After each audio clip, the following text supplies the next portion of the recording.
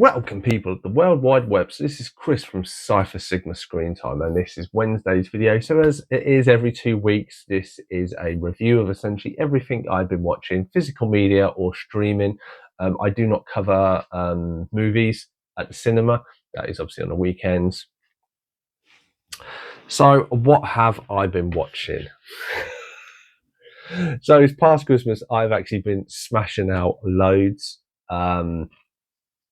This is the list back to front, so we then had to turn it upside down. And we have 3 series I finished. So with streaming, essentially I will watch stuff and you will find that I will start with the first one. So obviously Stranger Things season 5 is one. I didn't watch it in the past 2 weeks. Essentially I finished it in the past, and that's what I do when I have series that have finished. That is essentially what I when I've actually finished the series or up to the latest series or something, that's when I go over it, or the complete series if we're rewatching a box set or something like this. So yes, so Stranger Things season 5, this is what I was watch. So me and my wife already watched this. We started rewatching this around November time, and then obviously caught up after the first set of volume 5 was out, and then we watched the second half when it was released, and then obviously we watched on New Year's Day the finale, which obviously shows you how far this video is behind. We really enjoyed it. We get that we understand why people didn't like it. For us, we were happy that it finished the story off, it wrapped everything up. But the one thing I think that hit home to me and my wife, we sat there, we watched it, we finished it, and we actually, he goes, we did enjoy it. He goes, we would easily watch that again. And I think that's the thing with this series. Not only is it enjoyable, and I know people wanted other stuff and whatever, essentially the Duffel brothers had their ideas. They kept everything in place. Everything from the beginning to the end more or less didn't change, except for them obviously not killing Steve off and that. There's a few little bits that they did change, but for the most part, that is how it was. And I think that shows of how they took their time, how the kids, and it is about the kids growing up and stuff like that. And, and some bits are a little bit predictable and some bits make a bit more sense in this final season, obviously like number 8 and stuff like this. But I thought it was really, I thought it was really good. I mean, yeah, it wasn't amazing and blown away, but I feel that in this day and age, you're never going to do something, whatever you would have done, people's expectations are so high and have been so high for this for so long that they're always going to fall flat a little. But yeah, that was Stranger Things season 5. So then we get onto the DVDs. So here we have the movie Election. So this is Reese Witherspoon's face and Matthew Broderick in her mouth. Weird looking one. Had this in the collection ages, never watched it. Essentially, he is a teacher. Matthew Broderick is a teacher. Reese Witherspoon's character is going for election. Chris Klein is in it from the American Pie movies. And basically this teacher finds her a little bit annoying. He's having relationship issues, and he tries to kind of orchestrate other people to basically beat this girl, and even tries to fix the results. Ends up basically he just has bad luck. His wife ends up breaking up with him and all this stuff, and it's all there. And it's one of these ones. I'm not the biggest Matthew Broderick fan, I can say that straight about 2. It's these films that are just like, all it is the customer, the main character is such just hates everything and kind of tries to cause problems for everyone else, and they all backfire on him. And it's not a character that you can really enjoy. And I say, it's a film I watched, I thought it was all right. It's not one I'm going to go back to, and obviously this was on my possibly discard pile, so this will be going, it won't be staying in the collection. I have a massive pile of DVDs that I'm trying to sell on Facebook, so this will join them. So next up we have is Michael Jackson's Moonwalker. Love this film. I haven't watched it in a long time, and because me and my wife went to see the Michael Jackson Experience, and we both like Michael Jackson, and she had never seen it, I put this on. Forgot how weird it actually was. Forgot how like the first half of the film is actually just music and isn't actually any of the story, and then you have the story in Smooth Criminal Video, and then there's a little bit at the end where he does the cover. It's still nice to witness Michael Jackson's music, and I would say that him transferring into robots quite cool and funky and stuff like that. And Joe Pesci is the bad guy. Yeah, for me, it was enjoyable enough to go back, and then I will be keeping that in the collection. So next up, we have this box set that has been sitting in my collection for a long, long time. So this is Smoking the Bandit 1 to 3. Obviously, the first two do have Burt Reynolds and what is her name, Sally Fields, and then obviously the third one, he's only a flashback. It's one of these ones of I did come up with a Japanese word because I'm talking it. This is one of these films. I think if you grew up with this films and you watched them, you would enjoy them. Specifically, the first one. First one was all right. I quite enjoyed the second one with an elephant. The third one was completely trash because obviously it was completely rewritten and stuff like this. But it's one I would never revisit. It's enjoyable, and obviously there are elements of this that are taken that are then brought onto the Dukes of Hazzard, which I didn't know. Never really saw that as a kid. Know of it. Yeah, they do recycle a few bits from 1 and 2, obviously, because Sally Field goes to get married and escapes, and then goes to get married again and stuff. I say it is a nice. The tin is nice. It is a little bit of embossed there. You can't really tell and stuff, but yeah, I'm not going to keep it, so it will go in the collection. Not in the collection, it will go in the discard pile. So we'll go on to some anime now. So this is from Netflix. So this is Dan to Dan. So this is an anime series. This is season 2. I'd already seen season 1 on Crunchyroll. Essentially, you have these two Miss ISA and I can't remember the main guy's character now. Essentially, you have this lady. She is like a magician, not a magician, so a shaman type one. She lives with Nan. Kind of a boy. She is kind of interested, not interested, tries to make a friend. He loves aliens. Due to aliens trying to attack her and demons trying to attack him, he then gets kind of turned into this spirit. And essentially, he is, without getting his 2 golden balls back, he can never return to human. So they kind of stick together to try and do it. But because she's powers awaken and his powers awaken, it kind of lures people into him. And then their other friend kind of gets possessed in the beginning of season 3, and as this god, and then they kind of have to control him. And it's a fun anime. I wouldn't say it's the best anime out there. It's enjoyable for what it is, and you kind of turn your brain off and enjoy the crazy stuff. And that, not sure where it's going or anything with it, but it's a fun little story that I enjoy to watch. So that's Dan to Dan season 2 on Netflix. So next up, the video is already out. So my favourite movie of 2025. Now you see me. Now this guy is up for a few awards from BAFTAs and stuff like this. I really hope he does it. Richard Anamori, I think his name is. Aramayo, sorry. Absolutely stunning from this. He's in the Rings of Power. So if you've seen it, you may realise him as Lord Elrond, or a younger Lord Elrond. But this is just a real story based on someone that has Tourette's, that then becomes an advocate. And just, as I say, it is just a film that is so touching that you just go along for the ride with him. And it's 2 hours long, and you will be laughing with him, you'll be crying with him, you'll feel sad for him, and just Kirk Jones did an amazing job directing this. I really, really get it. Kind of has put Kirk Jones now on my radar. I'm interested to see where he goes with this. But yeah, the adults, John, and then even the young John, where he's here, we've done really, really good of how they had to mimic Tourette's and stuff like this, and learning like there's all these different conditions and stuff. Plus, it's interesting if you would watch it. So they talk about technology, and there is some technology being released this year to help people with Tourette's, which I think is really good to make that more aware. So I think he's one to look out for. He's definitely an actor I will be keeping an eye on, because I like Rings of Power as well, which is the Lord of the Rings series, if you didn't know. So next up, my wife had bought me this for Christmas. So this is Wolf Child. So this was a very interesting anime. It's only about an hour or just under 2 hours long.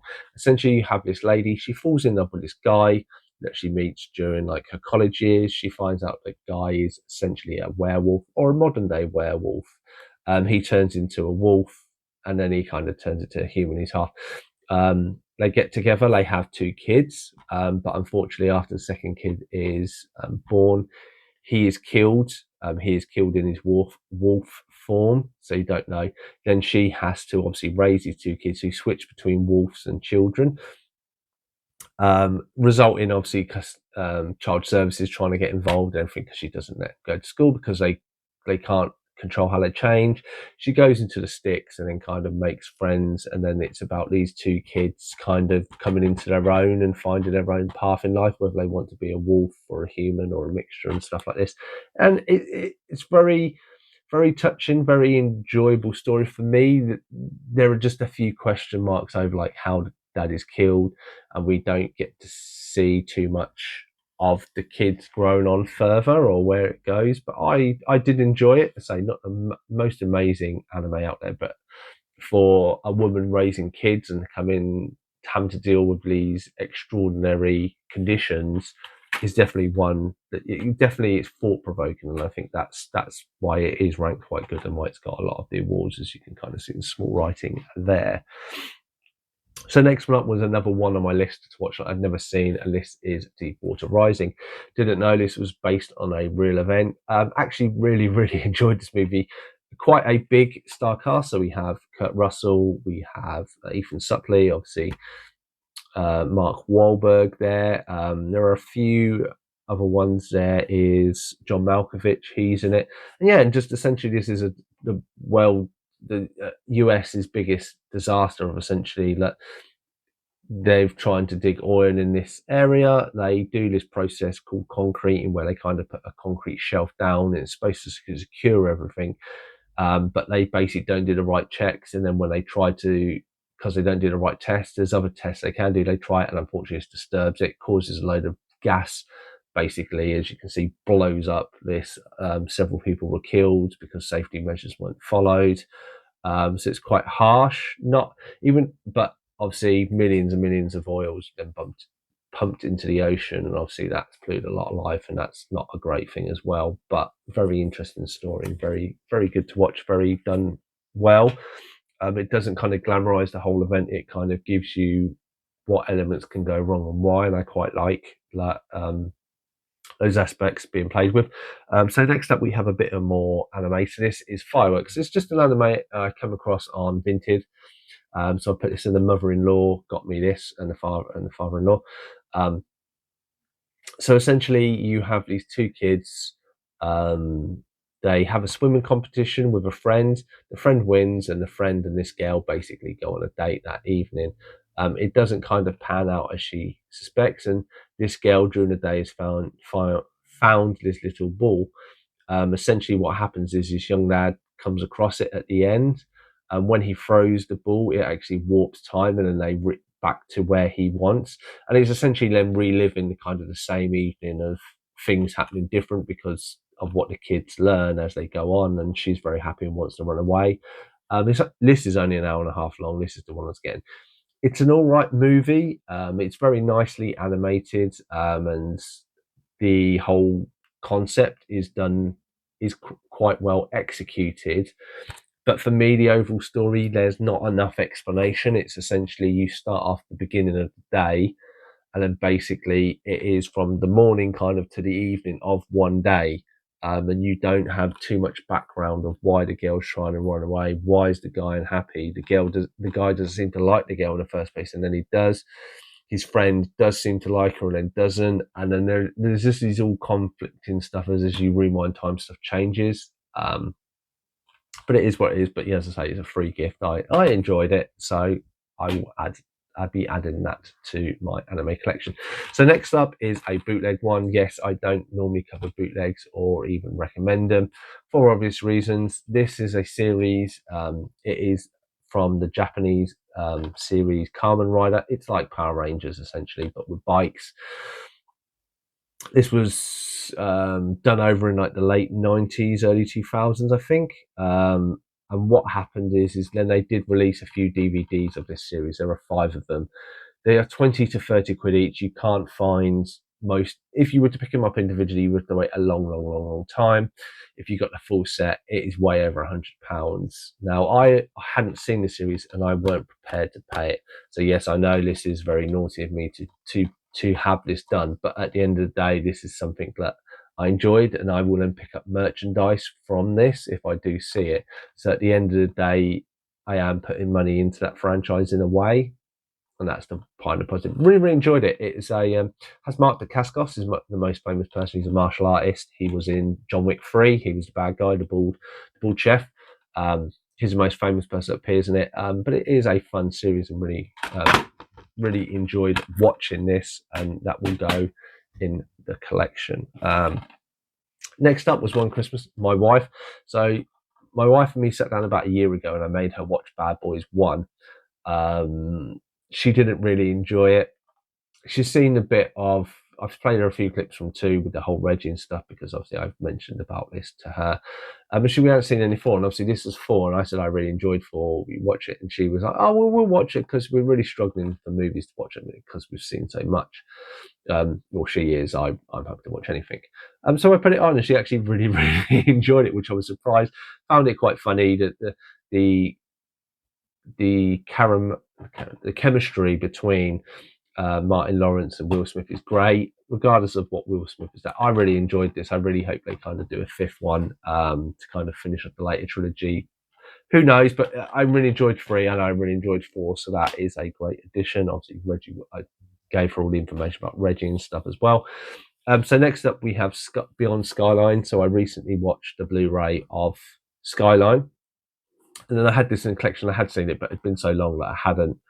I went back, didn't realise it did continue on the story from 1. Obviously, had used some footage and had a different perspective, but then goes on to more. Really, really actually enjoyed this. Really makes me want to buy the 3rd one, but you can't really seem to get it. Called Skylines, and essentially it's about a kind of it's all linked into one and completes the trilogy. And I look forward to trying to pick it up and watch it. It used to be, I think, on Netflix, but it's not anymore. If you know of a copy or someone has a copy that's going spare, please do throw in the comments about it, and I'm happy to send you some money to buy that. Because I think you can only buy it on other markets and something like this. And obviously blind buy, but yeah, I would really want to complete the series, maybe even get a Blu-ray of this, but this is a little bit pricey as well. But yeah, thoroughly enjoyed this movie. I really like this concept, and it's really good, I think, to see smaller directors get given a chance to carry on with their idea and to make it come to fruition. So next up, we have Hollywoodland. I thought I may have seen this, but it turns out I haven't. Didn't even know what this is about. It doesn't say it's based on true events, but essentially this is 50-50. So it's based on the character. So Ben Affleck's character plays George Reeve, who anybody doesn't know in real life, he was the first live version of Superman. He played the TV series version of him. And they've taken his story of basically he did Superman, he tried to go into more stuff, and then he was basically found dead, shot dead in his house with his girlfriend, and there have been a lot of speculation of if he was murdered or if it was suicide, and it's never really been confirmed. They basically take this story, have him, and Diane Keaton plays his love interest early on, and then you have a private eye who's kind of intermixing it. This is fictional.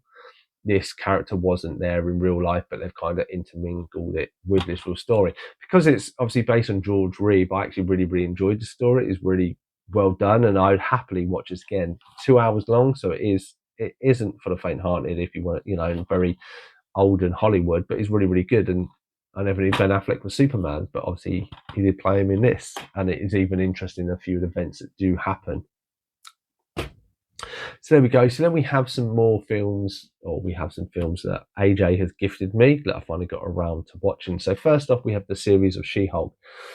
Rewatching this, apart from that final episode and the conclusion, I actually really enjoy this series. I think Talia, whatever her name is it Talia? Talia?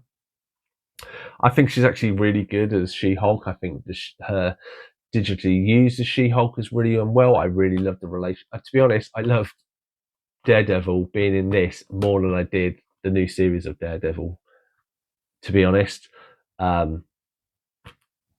Mate, as I say, this will be a year where I think there will be a lot less, I'm not reading comics anymore and stuff like this. I'm going to take quite a step back from stuff. There's not many comic movies out. There is a few. And obviously, who knows, they might be great and might give me an urge. But yeah, I thoroughly enjoyed this. I have heard that she will no longer be part of the MCU. They may recast the character, which is a shame because, as I say, I think she did an amazing job. And I think, yes, there were like the twerking with Thingy Stallion and her breaking free. Well, I thought it was just fresh. It was something different, and it's a shame that a lot of this universe isn't really used, because obviously they were using the Hulk in that because they haven't really found anything yet where to fit him. But it is what it is. So next up we have is Imperium. So this is Daniel Radcliffe. This is one I hadn't seen. I had in the collection. Daniel Radcliffe is a police officer. He helps solve a crime, and then he's basically sent in undercover to be part of this kind of Nazi regime and to basically stop them trying to make a bomb on American soil and cause an explosion. It is inspired by true events, as you can see. It is very interesting to watch this story. And I did enjoy this, but I'm not going to keep this in the collection. It is one that I enjoyed it, but because of the themes of Nazis and everything else, and there are quite a few famous actors in that I've seen in other series and stuff, it's one I never really. Now I know the story, and I'm like, great, that's cool. It's good to have that knowledge there. I'm not going to revisit this. It's not one I would even actively want to revisit, because of a lot of the themes that they cover in there. I get that's not for everyone, but for me, I think as I've become older, and when I'm rewatching stuff, there are, as I say, will I rewatch this again? It's very unlikely I ever will rewatch it, and because of the themes, it's not something that would ever draw me into it. I've seen it, and I'm more than happy enough. So let's go through it, kind of cut in between. So AJ gifted me a lot of stuff, and a lot of stuff I watched, and I found in one of the box sets he gifted me. He gifted me these 4 lenticular Avatar cards, which I don't know if I ever opened on the video, and the video would probably be the best part of the year old. So I don't know. So I'm really glad I found these. So I was like, oh, that's really, really great. Thank you, AJ, for those. Never look a gift horse in the mouth, me, and really enjoy a lot of stuff. AJ and me have a lot of views and points on a lot of movies and stuff quite the same. I would say we're probably about 80 to 90%. Our views on a lot of stuff are the same. So whenever he sends me something or that, normally I'm going to enjoy it because we have that kind of same mindset on stuff for whatever reason it is. So next up is one I picked up a little while ago because I watched it. Didn't realise this was from the creative team behind Underworld. Obviously, I still have a few Underworld movies to get before I can watch this. But it's Aaron Eckhart. I did enjoy this.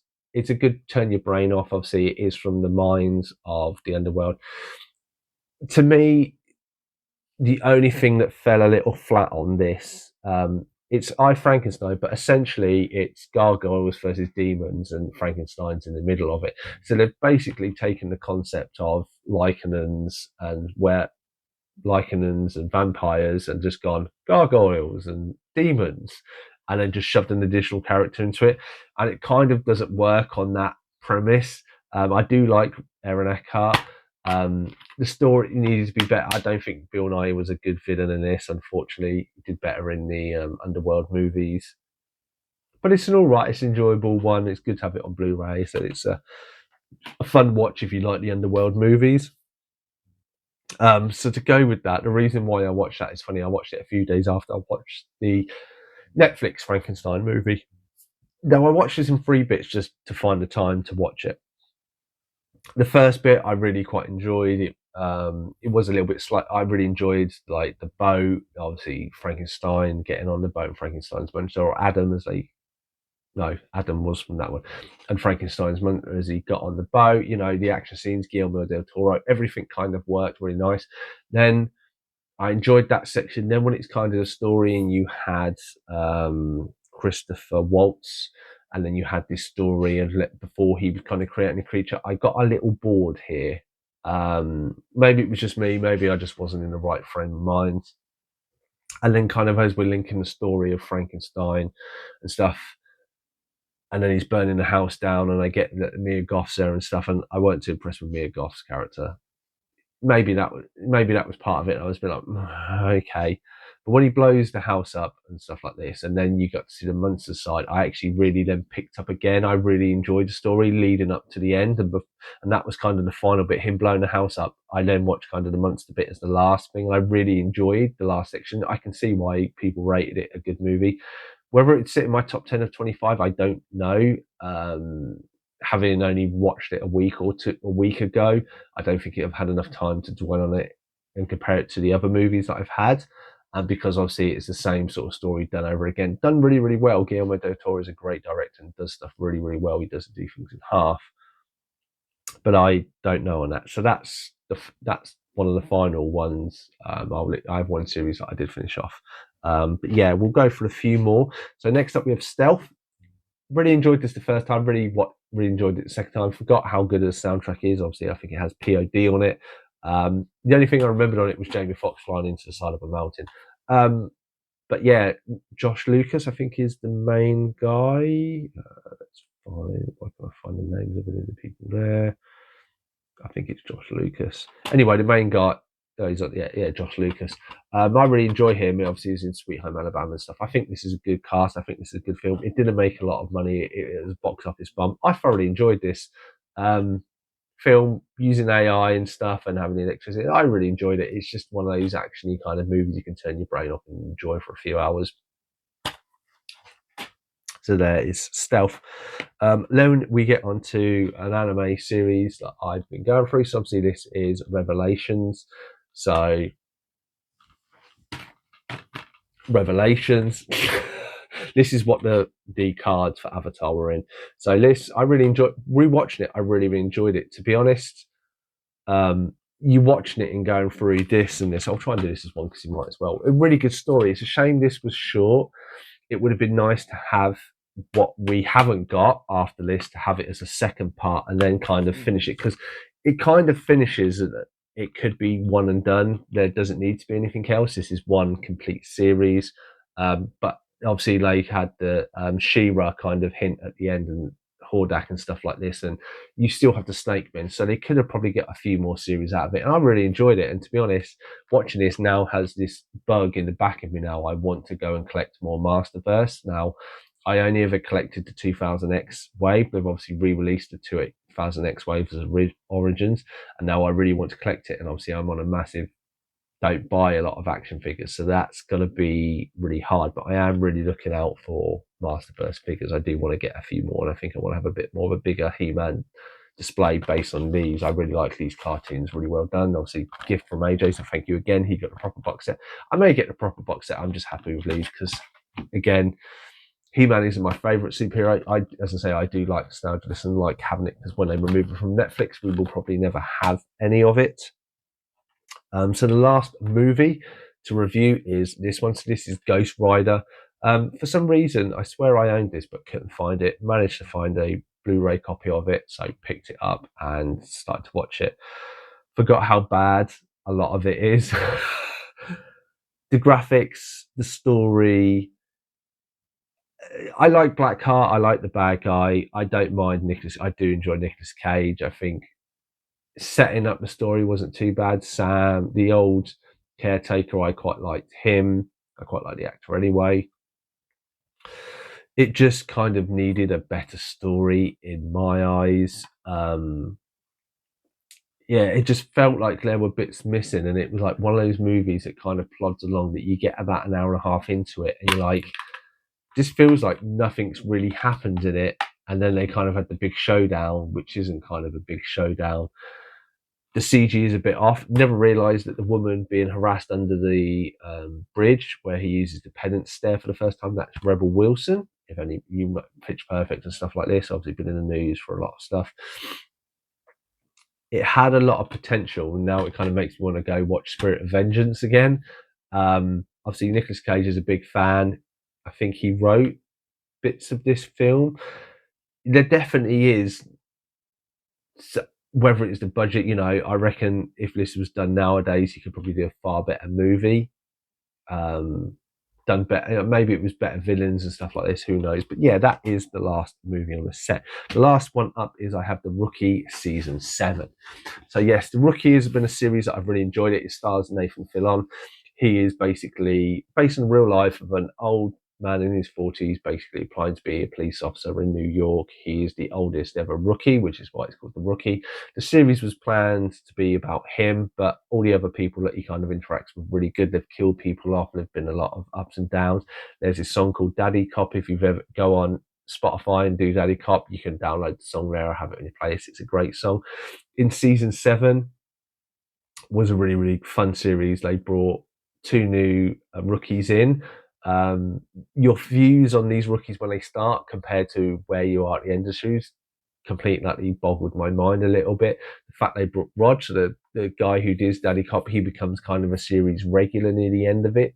There are lots of will they, won't they, and it kind of builds up this. The story from 6 is kind of, they've added a few elements into it, but done their own thing, then kind of dropped a little bit near the end. And then obviously season 8 will have more of that in, which I really look forward to. And it's one of these series, I said, season 8, I can't wait. And it's playing in America now. It's not released on, so I watch all this on Now TV, I should say that. I do subscribe to Now TV. Thoroughly enjoy the series. Probably one of the best cop shows I've seen in such a long time, and one that every season I really enjoy it. I laugh, I feel for the characters, and then I'm like, I can't wait for the next series, which is quite rare nowadays. But that has been a look what I've been watching these past 2 weeks. If you're new to the channel, thank you for sticking with it. Obviously, as I normally say in these videos, please feel free to subscribe, like, comment, do whatever you want to do. As you see, I like a lot of right range movies, so if anybody has any suggestions, please throw them in, and I'll do my best to keep my eyes out on my next Blu-ray DVD hunt to try and find them. Otherwise, thank you for watching this video. It means a lot to me. Hope you are having a good time wherever you are. Hopefully this has maybe distracted you for 30 minutes of your life to take away the stresses and struggles that you've been having, and hopefully you it helps you in your life, or I appreciate you watching the videos. But otherwise, I've been Chris from Screen Time, and I'll definitely see you in the next one.